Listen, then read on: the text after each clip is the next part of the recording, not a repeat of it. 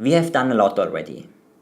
We opened accounts, gave them access to our data, extracted data, cleaned it, and created loops for each week. In data engineering, we do ETL, extract, transform, and loading. We have done the first two, so let's upload our data to a designated Google Spreadsheet, which is very simple. Store the results from our loop in a variable for each loop function and run those two cells. Now we are using the upload method of the df2 gspread class. Define what you want to upload, which is the all data totals data frame in our case.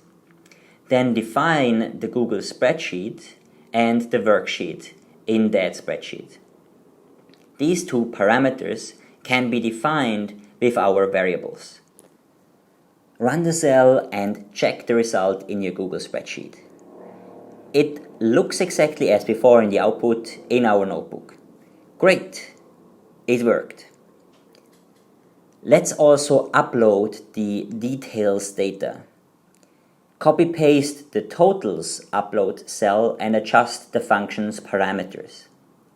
Now run the cell and we are uploading the details data to the details worksheet in the same Google spreadsheet. Check your result in the new tab. And again, it all worked fine. Congratulations! You have done an ETL process now.